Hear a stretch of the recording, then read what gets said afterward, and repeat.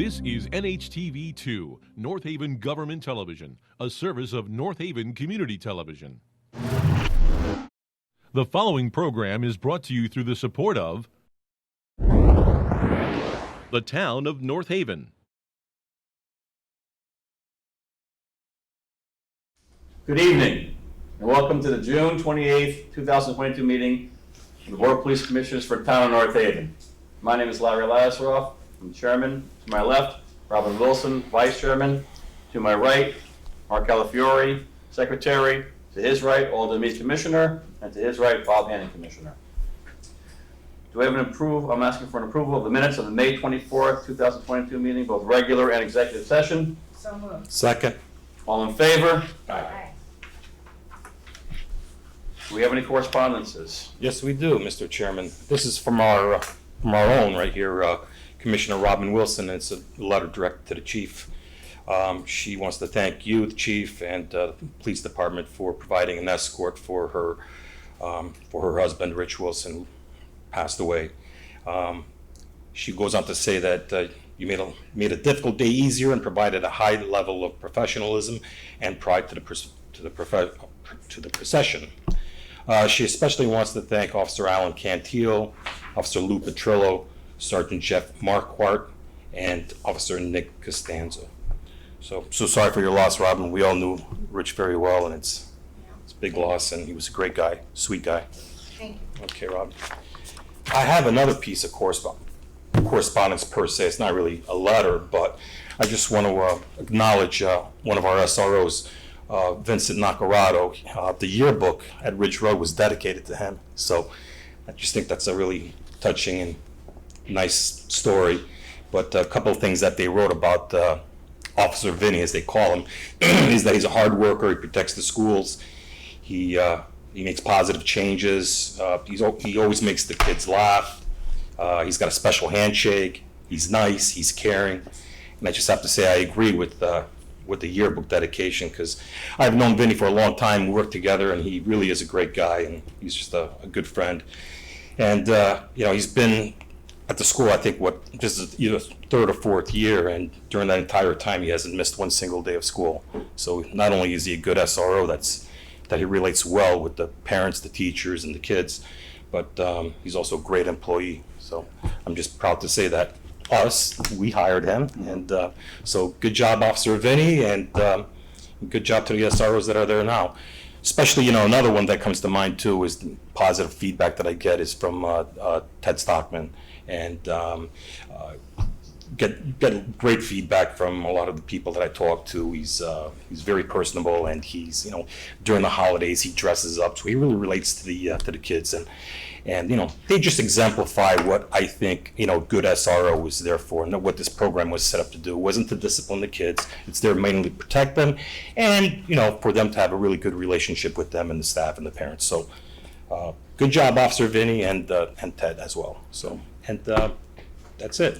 Thank you, Mark. That's very nice of you to mention those facts, and it's a good segue that we have hire good people that not only have a good purpose for protection of the students and faculty, but they get along and meld in so well with the population of the environment of the school, which really was part of the function of their job also, was to be there and to blend in as well as to protect. So we just have really, really good people. So Yeah, no, we're very fortunate. Yes, we are. So that being said, this week's been a busy week, or last week I should say, as the Deputy Chief Stanley Lawquist did retire last Friday. He's here with us today, and I wanted to just personally thank him for his many, many years of service. Deputy Chief Lawquist has gone through all the ranks, obviously, from patrol right up through the whole ranks, and he's done a tremendous job to achieve the status that he had when he left the department. He's been a tremendous mentor to the department as well, to the new people coming in, and even to the older people. He's been around a long time. I mean, you're one of the old guard, and we're going to miss you, and we hope you have a tremendous retirement and enjoy and stay healthy with your family and your grandchild. So again, thank you very much, Deputy. It's a wonderful being in your presence and wonderful having you working with us all these years. Thank you. Good luck. Yeah, I'd like to thank Stanley as well for your 40 years of service. It really is commendable, and I gotta say, you look 5 years younger already. you know? And I don't know, next week you'll be maybe 10 years younger and you'll look like Brad Pitt or something, you know? But yeah, no, good job. And, you know, it's been said that, you know, a mediocre chief is somebody that doesn't really get the respect from the police officers or the community. A good chief, they say, gets the respect and the appreciation from either the community or the police officers. But a great chief, an outstanding chief, is one that gets, you know, appreciation, respect, and love from both the community and the fellow officers that he commands. And I got to say, you were a great chief, great deputy chief, and you were a great compliment with Chief Glenn here. You had a vast wealth of information and history. So congratulations, and Thank you. bid you farewell. Thank you. Just like to thank Deputy also, because I knew he was special when I met him first. It turned out he was really a treasure. And, you know, I think for this police department, it's such a treasure chest, and he's like one of the real jewels that's been here a long time. Thank you. Thank you. Congratulations on retirement. Echoing everything else that was said here, it's been a pleasure, and stay in touch. And I said most of my words to you when I was there in lieu of Larry the other day, but I meant every one of them. You are definitely someone that will be missed sorely. You bring with you a rich history from the department as well as all the skills that you had. And I'm gonna miss you. I'm sure you're gonna be missed by everybody. But I see you clicking your heels in the back there, so. Something the general public Enjoy. didn't get to see when we had Stan's little going away was his own talk. And I was just shocked because he said how, you know, he wasn't a public speaker and he wasn't a politician, which is true, thank God, you know, I know. And, but it was so eloquent. And I mentioned to a couple of other police officers who were standing around, I said, boy, that's really, you know, from the heart and so eloquent. And they all said, yeah, that's Stan, everything's from the heart. So, Yeah, Best very- wishes from all of us. Yeah, He very has good. He has a little grandson that looks exactly like him, and will probably be sitting in the same chair at some point. Thank you for that. I appreciate everybody's kind words. This was unanticipated. I came less than formal tonight. I hope you don't take that as a slight to the No. commission. Chief Glenn, Friday was a great, mixed emotions, but it ended up being a great ceremony, much appreciated. Very surprised, as I said, very humbled. My speech was from the heart. I had to write notes, otherwise there's no way I'd be able to keep on track. And I was challenged by the chief to get through it, and a couple little blips, but I did get through it. So I just wanted to come tonight. I wanted to thank Peggy for, you know, putting everything together last minute. It kind of came about on, you know, short notice. Thank the chief for the conversations that we've had through the years. Again, I'll reiterate that the department's in a great place and it will continue to be in a great place moving forward. And last but not least, which was my main reason for coming here, not to do it on camera, but I wanted to thank the commission. 40 years flew by fast. The last 3 years you gave me opportunities that I never anticipated.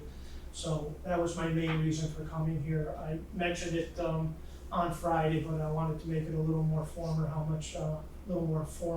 how much I appreciated the opportunities you gave me during the last 3 years.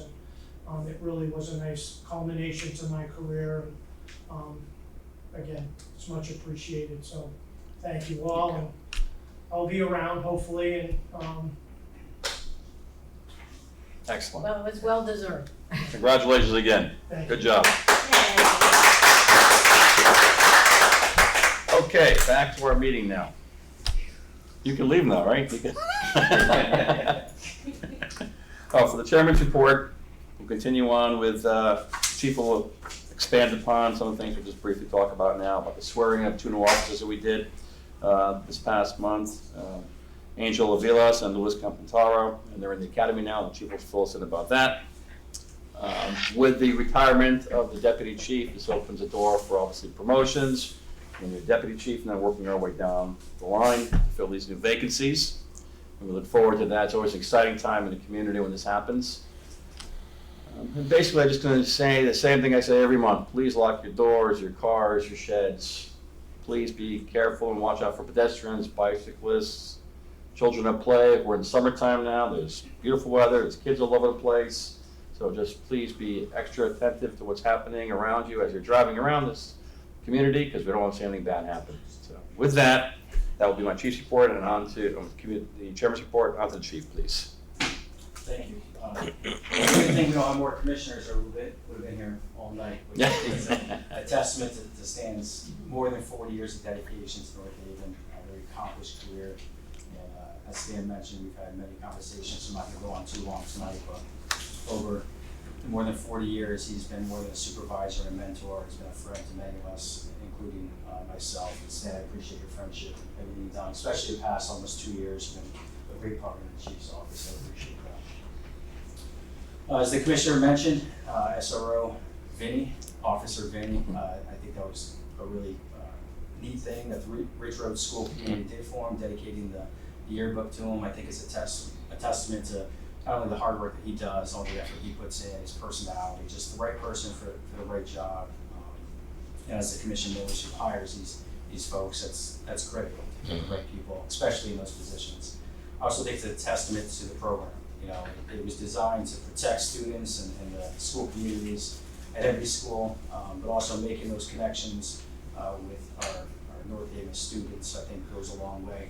We have people who are applying to be police officers now who bump into supervisors and say, I remember you from the DARE program, or I remember you were my school resource officer, and they make those connections. And so you can tell that most of the students, or at least a lot of them, really don't forget the impact that these officers have in the school. For the budget report, we're currently today at 97.8% with only 2 days left to the fiscal year. So we're in good shape. We're going to come in under budget. It was a difficult year with increased overtime, with the rising crime and calls for service. We've had a few long-term injuries, as well as increased training. We've done twice as much training this past fiscal year than we've done in the past. So we're very happy that we're able to come in under budget and in good shape. The traffic report, we have a request, and we're looking for possibly a motion. The request is to close Garfield between Wayland Street and Maury Street, and that's for Sunday, August 22nd from noon to 6 p.m. And that's for a celebration that everyone does now annually. Yeah, so this is an annual event, so it went without any problems in the past, and I'd like to make a motion, or have someone make a motion, that we provide an opportunity to close off the street for the celebration of the block party. Do I hear a motion? Well, second, So moved. did you make the motion? No, I can't. So moved. Make the motion. You want to second it? I'm sorry. Thank you. All in favor? Aye. The Department of Transportation has announced some upgrades they're planning to do for pedestrian control upgrades. This is crosswalk indicators. So at a number of locations, 4 different locations in North Haven and about 100 throughout the state, they're going to install countdowns that we all see at different intersections from 10 down, whatever the determined number is down. It's to increase safety for pedestrians, people taking the bus and crossing the road. Those locations in North Haven are State Street at Sackett Point Road, Washington Avenue at Franklin Street, Washington Avenue at 409 Washington, which is a new development across from the Amazon property, and Maple Avenue at Sackett Point Road. That should be it's a state-funded program that's going to increase safety for pedestrians in North Haven. Does that involve us doing anything, or it's? We may provide some temporary traffic control for them during the construction phase, but Okay. nothing that's going to impact our budget. Perfect. Can you just repeat the second and third, the 2 Washington ones? Sure, Washington Avenue at Franklin Street. Yeah. And Washington Avenue at 409 Washington. Okay. Thank you. Next, the DOT has completed this very small project, but it's something that people have complained about over at least the past few months. The intersection of State Street and Broadway, as you approach northbound on State Street, approaching Broadway, because there's multiple lanes, some people miss the stop sign that's far right. So we asked the Department of Transportation to come in and do some painting and new signage just complete, so that intersection should be taken care of moving forward. We've received a complaint, a sightline complaint and speed complaints at 192 Mill Road. This is an address that is close to an elevated turn onto Patton Road or going northbound onto, on Mill Road. So our traffic supervisor, Sergeant DePascale, will meet with that resident and next month bring any recommendations or no recommendations, but he'll do an investigation regarding that complaint. That's a really dangerous spot. It's one of those intersections that, you know, they take a lot of money and planning to reduce that elevation and change it. I don't know if there's a good answer, but we're gonna look into it. Similar circumstance, Montauk Avenue and Quinnipiac Avenue, we get complaints of speed there from time to time. Most recent complaint is trucks going through that intersection using Montauk Avenue. But it's very close to an industrial area as well as the highway. But the traffic division is going to look into that, see if there's any recommendations for signage or whatever we can take to help those residents. We received a complaint, still under traffic, regarding Ezra Street and North Avenue. A cyclist was struck there recently. So we received a complaint asking for stop signs at the location and a number of different things, typical speed bumps and traffic calming efforts. Sergeant DePascale is going out there and he has made some efforts already. He's working with Public Works on sightline concerns, trimming back bushes and trees in the area. He's also reached out to UI to see if we can get better lighting during the evening hours in that area.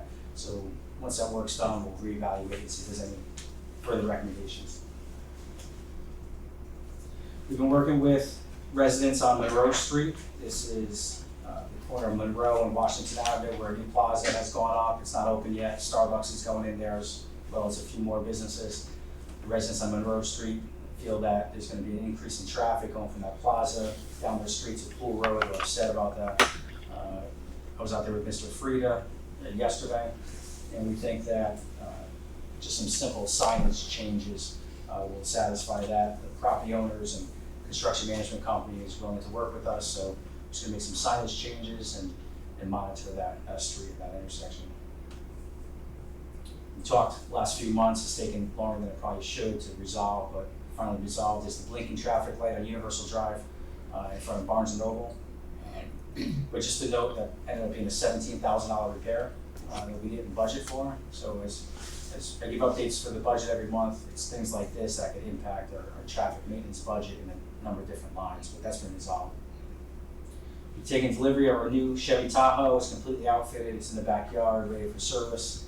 It looks good. I think it's going to be a benefit to the officers assigned as a supervisor vehicle. There's a lot of room in the back. It's going to be loaded with a lot of equipment that is needed potentially every shift. And we're still waiting for delivery of our 2 Ford Interceptors. In terms of new personnel, Officer Diaz and Soda, as you know, began the academy in Milford on April 21st. Seems like not that long ago, but they're in week 10 at this point, and they're doing well. We just got a progress report this afternoon, and they're both doing well. They both have over a 90 grade point average, a 91 and 98 grade point average, so they're doing a nice job. Officer Aviles and Capitaro are in week 4 at the Post Academy in Meriden. No progress reports yet, but our field training supervisors are keeping in touch with them, and we believe they're doing well there. After interviews were conducted last month, the commission gave 1 conditional offer to an individual. That background is going well. We've gone over most of the main hurdles that people have stumbled upon in the past, so we feel good about that. We're waiting for confirmation for that individual to attend the Hartford Police Academy, which starts August 1st, and I'll update you as soon as I hear confirmation on that. Chief, is that gonna be in person? It's in person, the computer class, but in person. We just recently had confirmed, we requested 3 seats for the September 1st post-academy class in Meriden, and we just a few days ago received confirmation that we have all 3 of those seats confirmed. So we're continuing our recruitment efforts. South Central Criminal Justice written test was done on June 22nd. The oral boards are tomorrow and Thursday, the 29th and 30th. And we should have a list of, once we do internal interviews, a list of potential recruits to bring to the commission for consideration. To Touch on some recent crime. Since the last meeting, we had a shoplifting that turned into a robbery at PC Richards. Shoplifter was confronted by management at the doors. That individual threatened to stab the manager with a knife, ended up becoming physical. We believe we have identified a suspect, so I anticipate an arrest on that one. We had a few overnight burglaries. There were 2 restaurants on Washington Avenue where there was forced entry made through the front door. The cash registers were taken, and we believe we have a suspect in those 2 burglaries as well. We had an overnight burglary to a Washington Avenue gas station. Again, forced entry. There's a lot of damage to the gas station, and ATM was taken. This is a trend that we see throughout the state with smashing grabs at gas stations, removing ATMs from the floors. We had a daytime attempted robbery at a gas station on Universal Drive. Suspect approached somebody who was gassing up their vehicle, asked for money. When the person said they didn't have any money, they pulled a knife, a folding knife out of their pocket, threatened the individual. Luckily, the victim ran and the suspect fled in the vehicle. So again, this highlights the different trends. This is daytime robberies that are occurring from time to time. It's consistent with what we're seeing throughout the region as well. There's shoplifting that turned into a robbery at Home Depot. A few suspects were trying to steal a cart full of merchandise. They were approached by management and/or security, and they threatened violence, and they left with the merchandise. An overnight burglary to a State Street gas station. Again, an ATM and a safe was taken that night, and fortunately, investigators did a nice job. They were able to make an arrest the very next day, so that person is in custody. Any connection to the other burglaries? None. No, in most of these burglaries, we have great video surveillance, so we could say that those 2 are not connected. Got you. And again, as I said, from month to month, total cost of service, written reports, and accident reports, things that are taking time out of the officers' schedule, out of their shifts, where they can't be proactive as much. They're all still up compared to the previous years. Fortunately, we've recently increased our motor vehicle activity. This increase is not just motor vehicle stops, but also given citations. So we're doing a better job with that. I know it's been a few years, but between COVID, police accountability, a number of different variables, traffic stops throughout the country and throughout the state have been down. We have increased those stops compared to what we've done the past 2, 3, 4 years. And as well as you see your reports, total criminal arrests are also up, not just from May, but also year to date. And just quickly before executive session, total cost for service year to date is just under 15,000 calls for service compared to 5 years ago, which is 11,000 calls for service. Stolen vehicles, we've had 30 so far this year compared to 17 from 5 years ago. Vehicle burglaries are similar. We've had 89 compared to 85 5 years ago. We kind of dipped earlier this year, but we've been climbing up, so we're back to kind of status quo over the last 5 years with vehicle burglaries. Overdoses, we're at 17 compared to 11. Shoplifting is 97 compared to 45, so more than twice as much. Burglaries are flat, 20 so far this year compared to 25 years ago, and robberies were at 5 this year compared to 7 5 years ago, so we're a little low, but those are low numbers anyway. We have no request for the Denary Scholarship tonight, and I have nothing else except for personnel matters in executive session. So I have a question about the repair of the traffic light in front of Barnes & Noble. So that's a repair, it's paid for, it's back in working order. There's a warranty, obviously, for these kind of things as well, for repair processes? I mean, is it 1 year, 2 year, or? There's warranty just for the parts, but the service, the actual labor is really the expensive part. Gotcha. I mean, we don't have this kind of situation very often, do we? So it's not worth taking out a service contract for these things, is it? No, not a contract for any new lights. The liability is, as the lights throughout town get older, it's just a matter of time before either they're not going to be functioning or there's going to be an accident that damages them and the person's not insured, or if there's anybody, that's really the liability of those things. Gotcha. Well, the July 4th weekend, approaching this weekend, do we have extra patrols for traffic, like a lot of communities do? We'll have overtime officers out there. Okay. Cost of service. I think I asked this once before, but I wasn't clear. Exactly what is cost of service and how is it calculated? And I was just curious, since it's up like 25%. Cost for service? Yeah. So every single incident, whether it's a proactive call for service where somebody stops a motor vehicle, whether one officer responds to that or 3 officers back them up, that's a call for service. If it's somebody who asks for help, we have hundreds of different types of calls. So from robberies to burglaries to citizen assist to overdoses, whatever an officer gets called to, that's a call for service. But it's the actual call that we count, not how many times we send officers to the call. So we could have a big incident, it's 1 call for service, and send, 12 cars. That's still just 1 call for service. I see. So each call or cost of each of those services is about $15,000. No, that's the total calls for service. So we responded to 15 Oh, calls. thank you. I was thinking, boy, that sounded. Calls, not costs. Not quite. So 15,000 year to date compared to the same time period 5 years ago was 11,000. I understand completely. That's like 26% or something. I was thinking it was money, not calls. That's much better. Any other questions? Comments? Okay. That being said, I have a motion to adjourn for executive session for discussion of personnel. So moved. Second. All in favor? Okay. Okay, we are back now in open session after having a lengthy discussion, an executive session about personnel. We have made some decisions as to promotions. So we'll start with the deputy chief. I'm going to make a motion that deputy chief, the new deputy chief, would be Andrew Stavridis. Do I have a second? I'll second that for Andrew Stavridis. Do I have any discussion? All in favor? Aye. Congratulations, Andrew. The next promotion will be for captain. And I'll ask Commissioner Hannon to make that motion. I'd like to make the promotion to Captain Chris Thorpe, position of captain. Do I have a second? I second. Okay, do we have any discussion? All in favor? Aye. Excellent. The next promotion would be for lieutenant. Do I have a motion? I make a motion that we promote Cliff Hill to the position of lieutenant. Okay, do we have a second? I'd like to second that motion. Okay, any discussion? All in favor? Aye. The next promotion will be for sergeant. Do I have a motion? I'd like to make a motion to promote Nick Costanzo to sergeant. Do I have a second? I'll second that.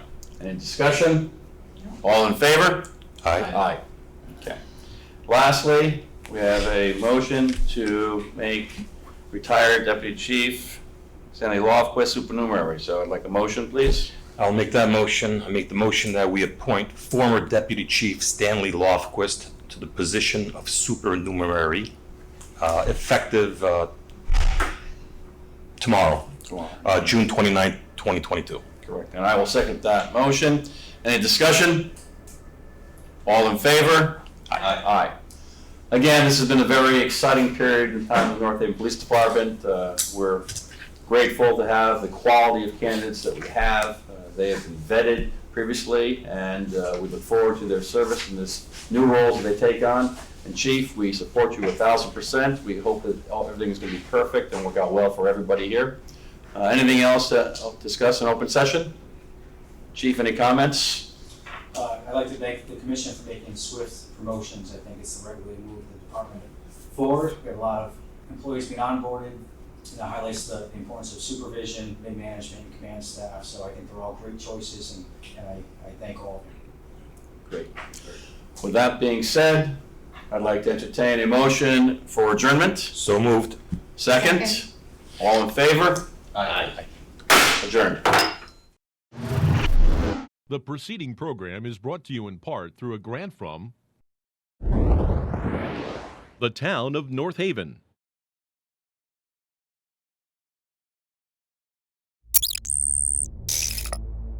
Watch town meetings or other videos on demand at nhtv.com.